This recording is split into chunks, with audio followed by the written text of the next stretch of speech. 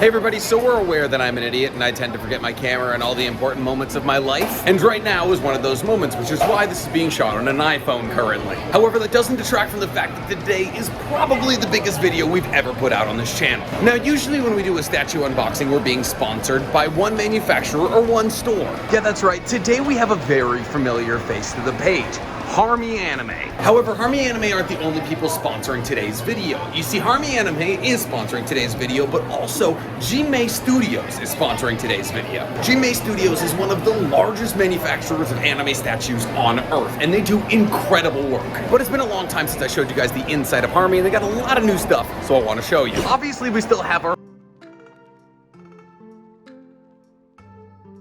but they also got a brand new life-size statue of Mai. Also not for sale, I asked. But right behind Luffy, they have this three-headed Kurama in Naruto, which actually comes as a set with a Susanoo Sasuke here. As you can see, Naruto's head is right there beside his lovers. We also have this absolutely gorgeous light-up Genos. Look at the light in his chest, the way that it lights up the lightning, it's incredible. We also have one of my newest favorite statues. This is the Armor Titan, which comes with an additional head breaking through Wall Maria. But my favorite part about it all, Reiner thinking about it. We still have this absolutely massive Naruto from the War Arc statue with all of the mini Narutos holding separate Rasen Shuriken. But since we're talking about the fall of Wall Maria, we gotta talk about Captain Levi, standing atop the massive Titan arm. There's also Vegeta with two additional heads, Krillin with Android 18, Angel Form Super Saiyan 3 Goku, and obviously right next to him, his best friend, Frieza. But what kind of statue shop wouldn't have Demon Slayer statues with how hot it is right now?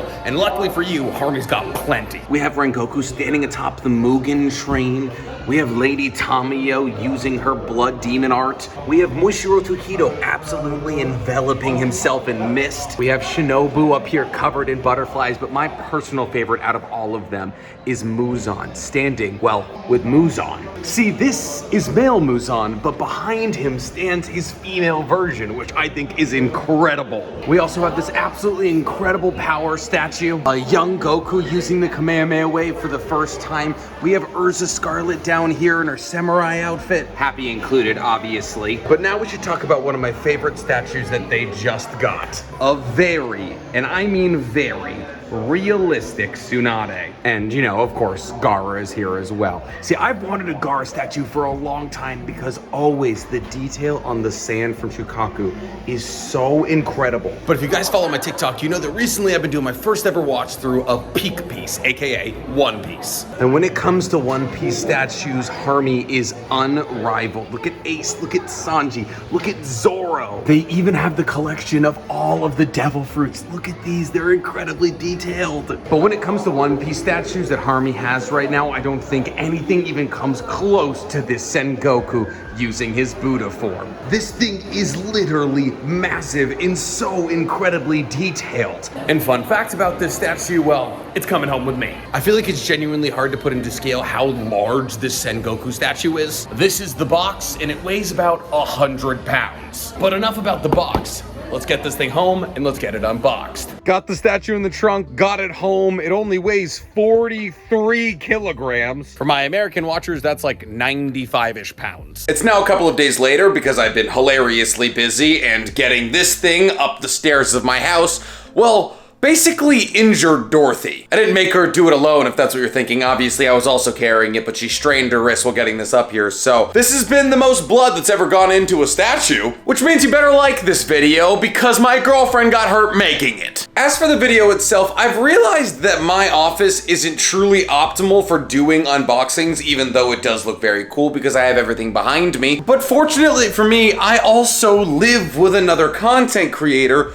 who has an incredibly optimal space for unboxings. So I figured just place the statue on top of this desk, have the big old light point towards it, and then find something to hold my camera right in front of the desk, and we're in business. And I mean, look at this. This is a pretty good setup for a statue unboxing. Only problem is camera's all the way over there. I'm the only one here, which means every time I want to do a take, I have to run back to my camera and press the little button. I need a controller. One small problem, I do have to get a very awkward 100-pound box up onto this table. Almost there, almost there. The handle ripped off. Now, you've already seen the outside box of this statue a couple of times, and I like showing it off because 1, this is officially licensed by Toei Animation, but 2, I've never had a statue that had the name of the character on the side and a look into what the statue looks like on the outside box. There's another box within this one. So obviously with the box and everything here, we can't use the table to the highest level of efficiency that we need, which means that we need to bust out our trusty steak knife because I can't find Itachi's card anywhere to bust open this statue. Now, rather than playing the heaviest game of Nick getting a box out of another box of all time, I think I'm probably just gonna rip this one open because I physically don't know if I'm able to lug a 95-pound box out of a very similarly sized box. Now, I know this outside box was gorgeous, but we were gonna keep it anyways. And now that we've completely ruined that box, we can see our actual box, the one that we should be interested in,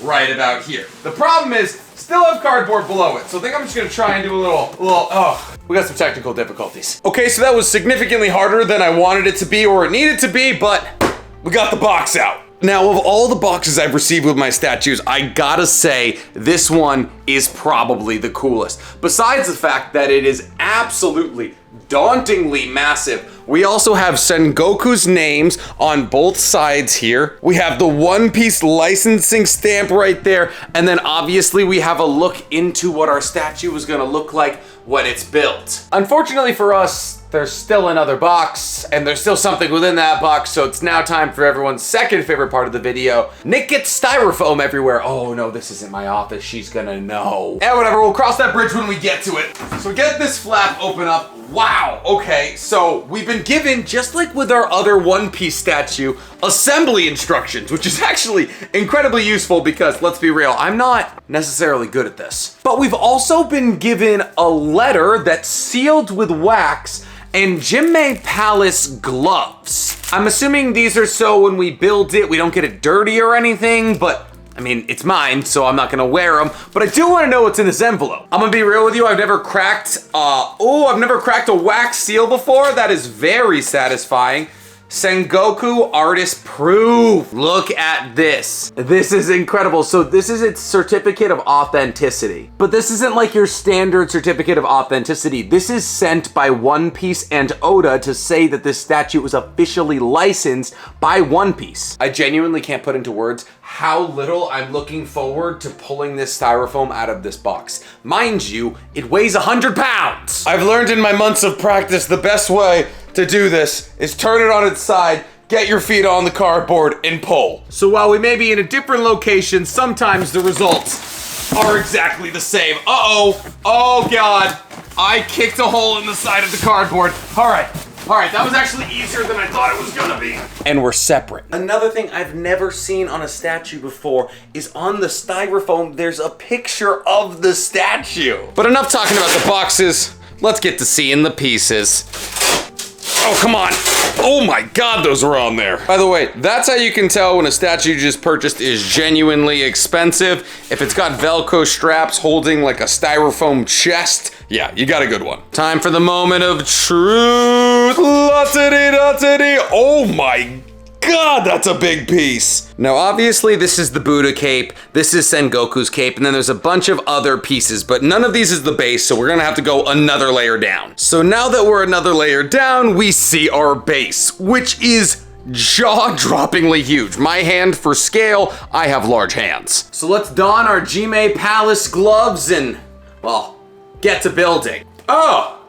Perfect fit. These things are actually incredibly soft, but I'm not gonna wear them. I'm already too hot. So our first piece should be a surprise to absolutely no one. It's how you start any statue, the base. And this thing, well, is intimidating. This base is well and truly insane. Look at this mini little castle here, the detailing in the back, the explosions, the rock, the smoke effects. This base alone weighs close to 40 pounds. Since this is most likely the most important and most expensive statue I've ever unboxed, I'm gonna follow the assembly guide, and the assembly guide is telling me the first step is to get this Sengoku roof piece right about there. Can't really see it, so here, let me lift it up. As you can see, that piece goes right in there. Second step involves Sengoku's goat, which can often be seen eating his paperwork and other things like that. The detail on this goat is absolutely incredible, and the goat itself is magnetic, and it clips in right here, just like that, super easy. You would assume with a statue of this high quality that everything's gonna be magnetic or really slot in super well, and well, that thing's in there. The next step involves this fodder pirate who has incredible detail. Look at the blood on his face. It genuinely looks real. And while this pirate has no name, well, I think we should give him some kind of clown name because those shoes are hideous. And Buggy's brother gets to sit right here magnetically in the front of the statue, just like that. Super easy. But enough with the small stuff. We usually start with the big things, so let's get to those. Our next piece is the torso to the Buddha's body. And this thing is as shiny as it is kind of low-key ripped. Like it or not, guys, but this is what peak malfunction looks like. Obviously, this piece is incredibly detailed and gorgeous, but what really blows me away about it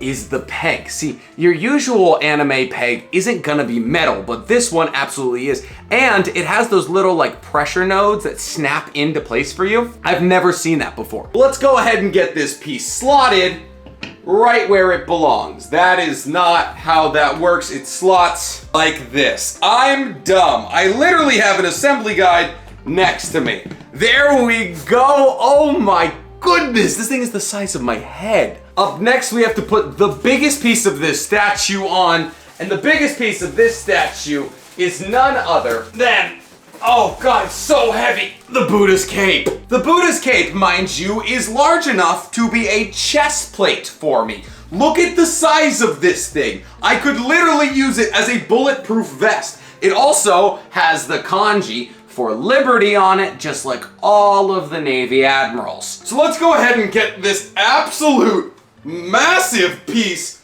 slotted onto our Buddha here. Should just slip directly in. Oh man, these are hard when everything weighs 30 pounds, but this build quality makes it a lot easier. Just as a frame of reference, this thing is almost as tall as my torso. Fortunately for us, that's the end of like the monstrously large pieces. Up next, we have Sengoku's Buddha's head, which has an incredible mustache, high quality glasses, so much so that you can literally see the pupils through the glasses, and then obviously this incredible afro. Let's go ahead and get that slotted up right about there. It should slide in. I gotta say, I don't think his head matches his body. I mean, far be it from me to be a body shamer. I just feel like his head is too small for this god's body. My opinion aside, look at how absolutely gorgeous this piece already is. Here's the thing.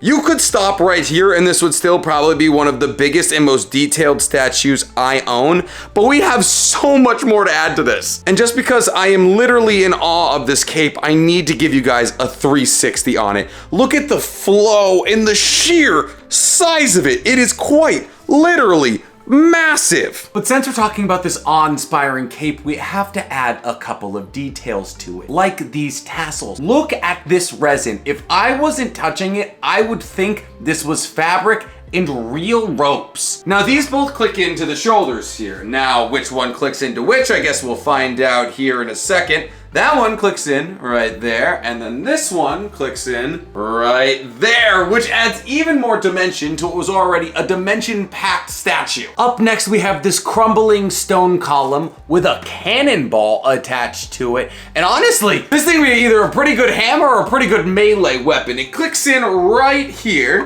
Hold up, let's do a little spin. Oh, you see, this is why they send me the big bucks. It only takes me about a minute to find the place of each piece. So this is a broken stone column. Here, I'll bring you closer. You see, this right here was part of the base, and this is the part that we just put in. This cannonball that's flying in and cracking that stone pillar is what snapped it as it falls away from our giant Buddha. But enough of these background pieces. Let's add the main attraction to this statue, Sengoku. Well, or at least his body. Sengoku actually snaps in with both of his feet. This is a magnet and this is a pole. And it snaps in just like this. Incredibly easy, slides right on in there. I shouldn't have said incredibly easy because I am awful at this. Just a little bit of work. Okay, there we go. That's not the statue's fault. I'm just bad at this. But what kind of fleet admiral would Sengoku be without his sash with all of his medals on it? I mean,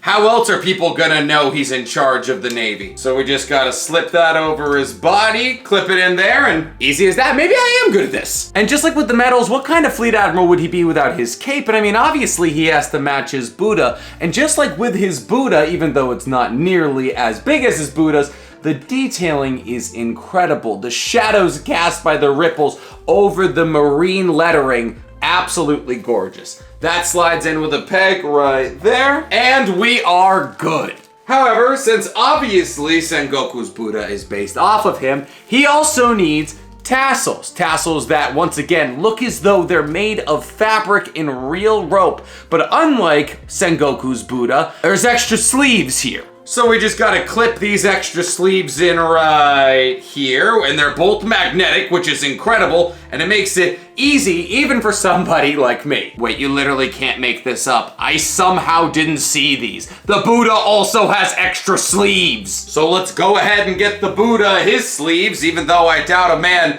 with this physique is getting cold anytime soon. All right, and these are also magnetic, so just like with the little guy's sleeves, an absolute breeze. But it seems kind of unfair to Sengoku that we gave his Buddha a head and not him, so we should probably go ahead and give him his head. What's pretty cool about his head, however, is that his little goatee here is detachable and it was packed separately because a piece like this, if packed with a head, would probably break. So, the fact that they packed them separately to make sure that that goatee wouldn't break because it's such a central part of Rengoku's look, very nice. And just like with everything else, it's magnetic, even though I can't see where his neck was over the collar of his cape there, I got it in no problem. Now, on top of having a goat that follows Sengoku everywhere, he also has a seagull that follows him everywhere, and that happens to be this seagull right here. And I love where they chose to put this seagull. They chose to put it directly on top of his head, just like that, because somehow it has managed to stay perched while this man, ow,